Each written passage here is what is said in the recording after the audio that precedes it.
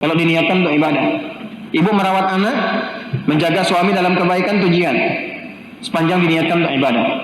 Nanti lihat apa yang terjadi ketika kembali kepada Allah Subhanahu wa taala. Qala Rasulullah sallallahu alaihi wasallam fil jannati 8 abwabin. Di surga itu ada 8 pintunya. Sudah? Ada 8 pintu. Ada berapa pintu? Ini untuk menguatkan saya bawa kitab ini, saya Al-Bukhari. Ini saya Al-Bukhari. Tadi saya katakan berapa? 3, 2, 5, 7.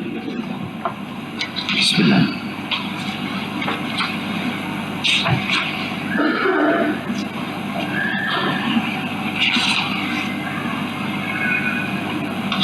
Ya, betul. Sifat bab sifat abwabil jannah. Siapa yang bisa baca? Bisa baca? Syurah. Baca. Anak muda nih. Kau mainnya. Kalau saya salah saya kembalikan ke Sudan ya. Ini murid saya, kita kirim ke Turki, dari Turki kirim ke Sudan, sekarang sedang pendalaman di sini. Ya. Beliau ahli Quran, sudah 30 juz. Nah, sedang belajar dengan saya di sini dan belum nikah, Bu. Tapi memang saya bentengin dulu, ya. Baca. Bismillahirrahmanirrahim. Qala muallif rahimahullah ta'ala, حدثنا سعيد ابن أبي مريم حدثنا محمد بن مطرف قال حدثني أبو حزم عن سهل بن سعد رضي الله عنه عن النبي صلى الله عليه وسلم قال في الجنة 8 أبواب فيها باب يسمى الريان لا يدخله إلا الصائمون. Rawahu Muslim. Ada yang dan juga diriwayatkan di Muslim. Betul, nomor hadis 3257. Fil jannati, di surga itu 8 abwabin, ada 8 pintunya. Minha, di antara pintu itu ar-rayyan, ada yang dinamakan ar-rayyan. La yadkhuluhu illa as-shaimun. Tidak masuk lewat pintu itu kecuali ahli puasa. Orang yang terbiasa puasa. Itu satu pintu, tapi penegasannya 8 pintu. Nanti ada di hadis-hadis lain, termasuk dalam Sahih Muslim, disebutkan bahwa di surga ada 8 pintu. Nanti faman du'iya min babis shalah, boleh dicatat, ada yang akan dipanggil dari pintu salat. Satu. Jadi kita sudah dapat tadi pintu ar-rayyan ya. Siapa yang masuk lewat pintu itu? Orang puasa. Yang kedua, man du'iya min babis shalah, dari pintu as-shalah, pintu salat. Yang ketiga, man du'iya min babis shadaqah, dipanggil dari pintu sedekah. Sudah? Kemudian faman du'iya min babil jihad, dipanggil dari pintu jihad. Sudah berapa? Satu apa? Rayyan. Yang kedua, salat. Yang ketiga, yang keempat. Nah, ini 4 langsung yang disebutkan oleh Rasulullah SAW. Kalau disebutkan oleh Rasulullah, berarti ini yang pokok. Ini yang pokok. Jadi kalau kita mau dapatkan yang pokok, maka komitmen pada yang 4 ini. Salat jangan tinggal. Puasa latih. Dari Ramadan tambah sedikit sunnah, mulai latihan. Sedekah. Sedekah itu bukan hanya lewat uang. Semua jenis kebaikan yang mampu dilakukan disebut sedekah. Berbagi makanan, besok Jumat mau bagi-bagi. Jangan lihat berapa yang bisa diberikan. Yang penting kita ingin mengamalkan hadis Nabi. Gitu. Titipkan. Saya cuma punya kurma 10 misalnya. Bungkus satu-satu, titipkan pada orang yang pakai nasi kotak. Masukin 1. Saya cuma punya air, nggak apa-apa, simpan, masukin tekonya, simpan di situ. Niatkan. Perkara orang minum atau tidak, itu bagaimana Allah menggerakkan dia. Yang penting kita sudah berniat untuk menerjemahkan apa yang Nabi pernah sampaikan. Dan di niat itu kita dihisab. Pahala udah ada. Jadi begitu sudah bikin ditaruh, pahala sudah turun. Tinggal nanti ikhlas atau tidak, itu yang mengurangi atau menambah pahala. 4 bagian ini. Jihad itu berjuang dengan sungguh-sungguh. Ya, nanti babnya naik sampai ke puncak tertingginya. Bekerja itu jihad. Kalau diniatkan untuk ibadah. Ibu merawat anak, menjaga suami dalam kebaikan itu jihad. Sepanjang diniatkan untuk ibadah. Ya, anak-anak sekolah itu kalau disekolahkan di tempat yang baik untuk mengenal Allah itu jihadnya. Pahalanya banyak. Sampai tingkat tertingginya kalau negara kita memanggil. Ada invasi dari luar, darurat kita harus keluar. Bela negara ini. Jadi yang terdepan dan niatnya untuk ibadah.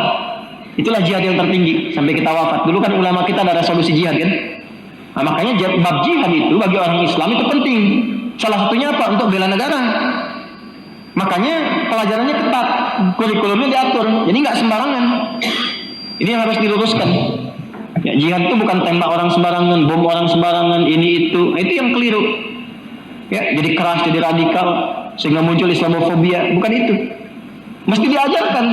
Nah, yang paling bahaya adalah ketika muncul persepsi, wah ini nggak bagus, ini dihilangkan dari kurikulum. Nggak diajarkan, itu yang salah. Harusnya dibentuk tim, ulama mengajarkan, diberikan babnya. Tentara yang muslim, polisi yang muslim, belajar itu. Sehingga kekuatan untuk mencintai negaranya makin tinggi. Dan tidak merasakan sia-sia dalam pengorbanan itu. Makanya dulu itu ada resolusi jihad.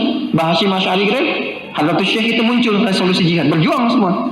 Jadi kita itu sebagai orang Islam sudah pasti cinta negara. Nggak boleh ada orang Islam tinggal di tempat tertentu, ya melukai negaranya, itu nggak mungkin. Pasti berbuat yang terbaik untuk tempat yang dia pijak. Makanya nanti kalaupun Anda belajar, nih ya teman-teman nih yang sudah sukses di luar, pulang, bangun negeri ini, cintai negeri ini, bangun, karena itu amanah dari Al-Quran. Ya, di tempat yang kita pijak itu yang kita mawarkan. Bangun koneksinya satu-satu. Apapun yang Allah amanahkan kepada kita. Ya, jangan dipecah-pecah, tapi disatukan. Makanya nggak boleh saling terpecah belah.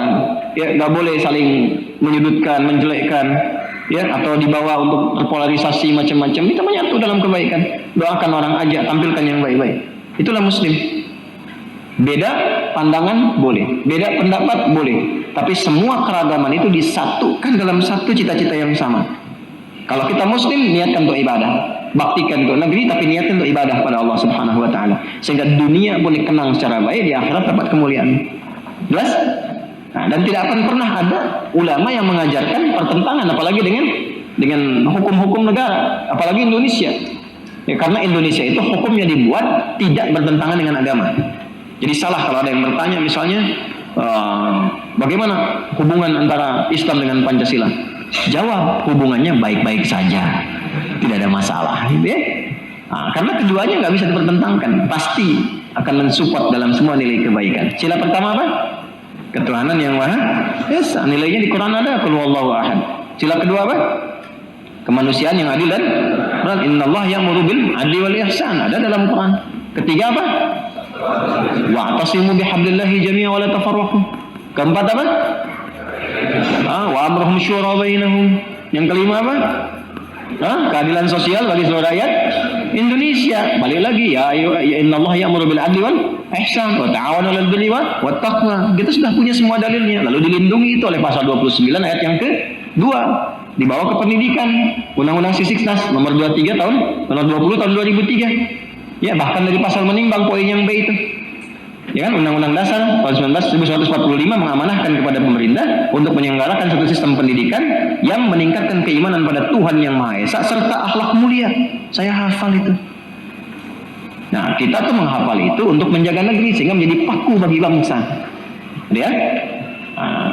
Halo, kenapa pada diam ini? Ngajinya begitu sehingga manfaatnya lebih luas. Ya. Oke. Jadi tadi ada berapa? 4 yang pokok ya. Jadi siap, mesti siap. Nanti yang lainnya turunan. Makanya yang lain-lainnya itu tafsiran ulama. Ya, nanti ada pintu umrah, pintu zakat, belum disebut kan?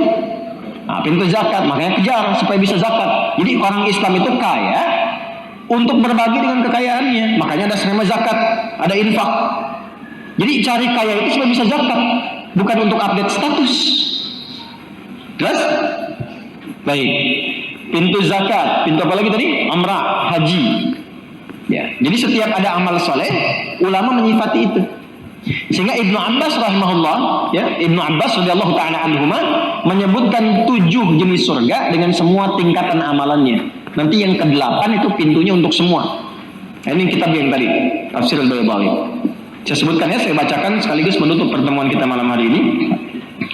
Bismillahirrahmanirrahim. Kalimat jannah wa jam'uha wa tankiruha li anna al-jinana ala ma dzakarahu Ibnu Abbas radhiyallahu taala anhuma sab'un. Bahwa jinan bentuk jama' itu ya, ataupun jannah, bentuk jama' dari kata jannatun itu ada 7 tingkatannya kata Ibnu Abbas radhiyallahu taala anhuma. 1, jannatul firdaus, ya, surga firdaus, boleh ditulis. Yang kedua, jannatu adn, surga adn. Yang ketiga, jannatun na'im, namanya surga an-na'im. Yang keempat, darul khuldi, darul khuldi. Yang kelima, jannatul ma'wa, jannatul ma'wa. Yang keenam, darus salam, darus salam.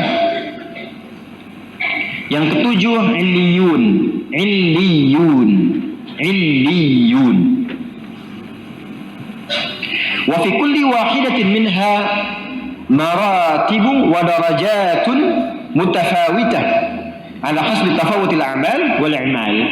Dan setiap di surga yang disebutkan tadi ada tingkatan-tingkatan lagi sesuai dengan amalnya masing-masing. Jadi tadi yang disebutkan pintu salat, pintu zakat, pintu puasa, itu pintunya itu ada di setiap surga yang tadi.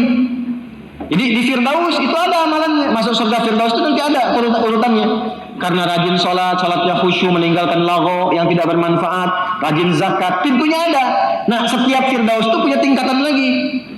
Jadi ada Firdaus yang tingkat bawah, tingkat menengah, sampai tingkat yang paling tinggi. Itu pintu-pintunya lewat apa? Amal soleh itu. Nah, tugas kita sekarang gampangnya begini. Ini karena penutupnya, gampangnya sekarang pilih dulu mau masuk surga yang mana dari 7 ini. Yang mau Firdaus angkat tangan. Bagus. Surga Aden angkat tangan. Illiyun, Darussalam. Kalau bisa angkat tangannya semua. Kan yang ke-8 itu kan pintu ke-8 yang kesemuanya. Jadi ada seorang hamba yang diperkenankan oleh Allah memasuki semua surga itu, bahkan diperebutkan oleh semua pintu surga. Dipanggil namanya dari semua pintu itu. Sampai Abu Bakar radhiyallahu taala anhu berkata, "Ya Rasulullah, adakah yang mendapati panggilan dari semua pintu itu?" "Na'am," kata Nabi, "iya, dan aku berharap engkau bagian dari itu." Nah, setidaknya paling minimal masuk surga lah itu kan. Paling minimal lah. Paling minimal masuk surga. Nah, caranya bagaimana? Gampangnya begini, keluarkan kurikulumnya. Ambil yang tertinggi dulu sehingga nyangkutnya jelas masih di surga juga. Kalau Anda pengen IPK 4, nanti effortnya kan makin kuat. Kalaupun nggak nyampe 4, ya jelas nyangkutnya 3,9, 3,5, 3. Tapi kalau cita-cita 2,75, ya nyangkutnya 2,6, 2,5 gitu kan. Ini paling minimal Firdaus dulu tuh. Nah, dikeluarkan apa amalan untuk mendapatkan surga Firdaus itu. Ya, cepatnya begini, Quran surah ke-23 ayat 1 sampai 9. Itu aja dulu. Quran surah ke-23 ayat 1 sampai 9. Dah, itu PR-nya. PR. Sudah? Baca, keluarkan amalannya. Baca dan keluarkan amalannya. Dari mulai qad aflahal mu'minun alladzina hum fi salatihim khashi'un sampai ke kalimat ulaika humul warithun alladzina yarithunal firdausa hum fiha khalidun. Jadi itu amalan untuk menjadi penghuni surga Firdaus yang sedang berpetualang di bumi. Jadi ada orang yang kata Allah ini akan masuk surga Firdaus, tapi dia masih berpetualang di bumi. Apa amalannya? Itu yang kita keluarkan. Dari mulai sholat, zakat, mengerjakan segala yang bermanfaat, jauhi hubungan-hubungan terlarang, jaga kehormatan diri, pertahankan sampai wafat. Nanti kita turunkan babnya. Nah, kalau sekiranya masuk bahkan ke surga yang paling biasa, bukan hanya Firdaus, apa kenikmatan yang dijanjikan oleh Allah? Yang saking nikmatnya lupa dengan penderitaan terbesar yang pernah dirasakan selama berkehidupan. Itu yang kita bahas di pertemuan berikutnya insyaallah.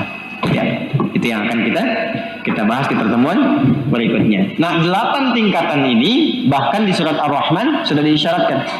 Di Ar-Rahman kalau kita baca fabi ayyi ala'i rabbikuma disebutkan berapa kali? 31 kali. Tapi ketika menyebutkan surga yang fabi ayyi ala'i rabbikuma tukadziban disebutkannya 8 kali. Jadi kalau Anda baca dari ayat 47 ya, dari 46-nya waliman khafa maqama rabbih jannatan fabi ayyi ala'i rabbikuma.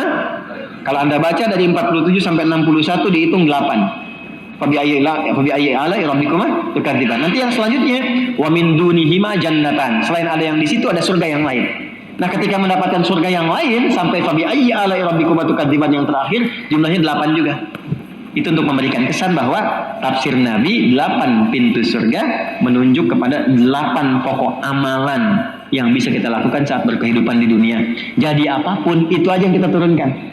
Ya, Anda mau jadi apapun, pengusaha, sholat jangan tinggal, bisa berzakat, bisa berhaji, bisa umrah, turunkan semuanya. Ada orang sakit, jenguk, ada orang meninggal, kita sholatin semampu kita.